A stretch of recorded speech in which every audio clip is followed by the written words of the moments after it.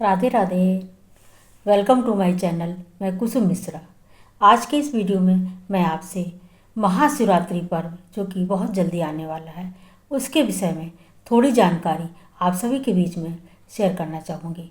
तो प्रिय मित्रों, ये महाशिवरात्रि व्रत कब है और इसका क्या महत्व है, इसे किसे करना चाहिए, इसमें क्या नियम संयम है तथा इसमें जो 4 पहर की पूजा होती है उसका क्या समय है, और जो हमारी महिलाएं बहनें जो हमारी मासिक धर्म से हैं क्या उनको पूजन करना चाहिए अथवा व्रत रखना चाहिए आदि से संबंधित जानकारी मैं अपने इसी वीडियो के माध्यम से आप सभी से शेयर करना चाहूँगी। तो प्रिय मित्रों, ये महाशिवरात्रि का पर्व बहुत ही शीघ्र आने वाला है और ये पर्व बहुत ही महत्वपूर्ण है, क्योंकि जैसे कि बहुत व्रत उपवास होते हैं वर्ष भर के अंतर्गत, परंतु ये 3 व्रत जैसा कि रामनवमी है और ये कृष्ण जन्म है, जो जन्माष्टमी है, और साथ में ये जो महाशिवरात्रि है, और इसका बहुत अधिक महत्व है। और इसका व्रत रखना जो है अन्य व्रतों की अपेक्षा बहुत इसका अधिक पुण्यदायी है। कहते हैं कि इस व्रत को रखने से चाहे वैष्णव भक्त हों अथवा शिव भक्त हों, उनको भेद नहीं रखना चाहिए। जैसा कि अमूमन लोग कहते हैं कि मैं तो कृष्ण भक्त हूँ, मैं तो वैष्णव हूँ, मुझे क्या रखना ज़रूरी है। हाँ, तो आप अवश्य रख सकते हैं। और जो लोग जो लोग व्रत रखते हैं, ये ये हमारी जो एकादशी होती हैं, तो उनसे अधिक इसका पुण्य मिलता है। जैसे कि हमारे पुराणों में लिखा है कि जब हम 24 एकादशी वर्ष में 24 पढ़ते हैं और वो 100 बार रखते हैं, यानी कि 2400 बार रखते हैं, तो जिसका जो पुण्य मिलता है वो पुण्य हमें एकमात्र शिवरात्रि या महाशिवरात्रि का व्रत रखने से ही मिल जाता है। क्योंकि ये रात्र कोई ऐसी उसी रात्र है, ये बहुत ही महत्वपूर्ण, बहुत ही पुण्यदायी रात होती है। क्योंकि इस दिन शिव शक्ति, मतलब कि जो हमारे पिता महादेव और माता पार्वती का इस दिन मिलन हुआ था, तो ये शिव शक्ति की मिलन की रात्र कही जाती है। तो इस दिन हमें पूजा आराधना आदि नियमों का बहुत अधिक पालन करना चाहिए।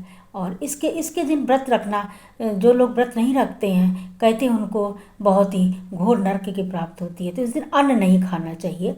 तो अन्न से जो लोग बीमार हैं या अस्वस्थ हैं, व्रत नहीं रख पा रहे हैं, तो उस दिन अन्न भले खा लें, परंतु को सात्विक आहार करना चाहिए। और रात के समय 4 पहर की पूजा बस करना चाहिए। तो अगर वो 4 पहर की पूजा नहीं कर पा रहे हैं तो 1 पहर में ही कर लें, और नहीं कर पा रहे हैं तो दिन में ही पूजा अर्चना कर लें, सात्विक भोजन करें। तो इतना ही कर लेने से उन्हें काफ़ी पुण्य प्राप्त हो सकता है। तो इन सबको नियमों का जो पालन है वो हमारे बड़े जैसे बुजुर्ग लोग हैं, काफ़ी वयोवृद्ध हैं, या बच्चे हैं, या तो गर्भवती मालाएँ हैं, तो उनको इस दिन व्रत न रख पाएँ तो उनको छूट मिलती है, वो ऐसा भी कर सकते हैं, सिर्फ पूजा आराधना कर लें। तो ये व्रत इस बार जो हमारी जो व्रत पड़ रहा है, ये 15 इसको फरवरी को दिन रविवार को पड़ रहा है। तो इसमें जो 4 पहर का जो समय है, तो ये पहला प्रहर जो शुरू होएगा, ये जो है शाम को 5:54 से प्रारंभ होकर 9:07 तक रहेगा। और दूसरा जो प्रहर शुरू होगा वो 9:07 से प्रारंभ होकर 12:20 तक होगा। और तीसरा प्रहर जो प्रारंभ होगा तो 12:20 से प्रारंभ होकर 3:33 तक रहेगा। और जो चौथा जो अंतिम जो प्रहर होगा वो 3:33 से प्रातः 6:46 तक रहेगा। तो हमें करना क्या है, प्रातःकाल से ही हमें स्नान ध्यान करने के बाद हमें शिव शक्ति की पूजा आराधना करना चाहिए। दिन भर व्रत रखना चाहिए। व्रत में कोशिश तो करना चाहिए कि निर्जला रहें, निर्जला नहीं रह पा रहे तो फलाहार रख के करें, परंतु जब शरीर को ज़रूरत ही हो उतना ही वो इस दिन फलाहार ग्रहण करें। क्योंकि अधिक करने से फिर पूरा मन खाने पीने में लगा रहता है, पूजा आराधना से छूट जाती है।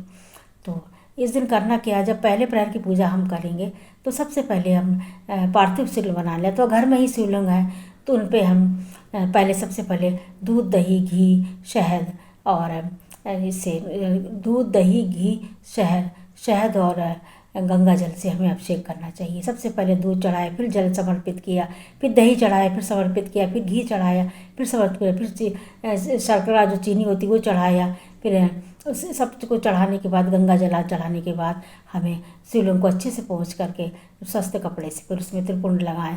भगवान को वो कलावा से वस्त्र की जगह कलावा चढ़ाएं और उसके बाद जनेऊ चढ़ाएं, फिर त्रिपुंड लगाएं। फिर उनको जो समय सीजनल फल हैं, बेल पत्र है और जो भी पुष्प आप सफ़ेद पुष्प आदि जो भी आपके पास सब समर्पित करें और उनको नैवेद्य में सफ़ेद चीज़ अर्पित करें। उसके बाद आरती बंदन कर लें, क्षमा प्रार्थना कर लें। उसके बाद जो समय पूरा पहर जो बीते उसमें सिर्फ जाप करते रहें और उसके बाद जब दूसरा पहर आ जाए तो भी उसमें भी ऐसे ही करें। और जो भी मनोकामना है तो इस समय उस भगवान से ना कहें, जब आपका अंतिम पहर जब आ जाए तब उस समय करने के बाद धीरे से अपनी आपकी जो प्रार्थना, आपको जो परेशानी हो भगवान भोलेनाथ से के आगे कहें। तो मुझे पूरा विश्वास है भोलेनाथ अवश्य सुनते हैं और आपकी मनोकामना पूर्ण होगी, ऐसा मेरा विश्वास है। तो ये रही जानकारी व्रत के बारे में। और हमें उस दिन क्या नहीं करना चाहिए, दिन में सोना नहीं चाहिए, नंबर 1। नंबर 2, पान नहीं खाना चाहिए। नंबर 3, बिना ज़रूरत की दवाइयाँ नहीं खाना चाहिए। जब कोई घोर अगर बीमार है, जैसे डायबिटीज है या हार्ट पेशेंट है, तो वो दवा ले सकते हैं। और इस दिन ब्रश भी नहीं करना चाहिए। ब्रश करने के लिए आप जैसे फूल पहले से सुखा लें, मैं हर वीडियो में बताती हूँ, उससे अपना मुँह स्वच्छ कर लें।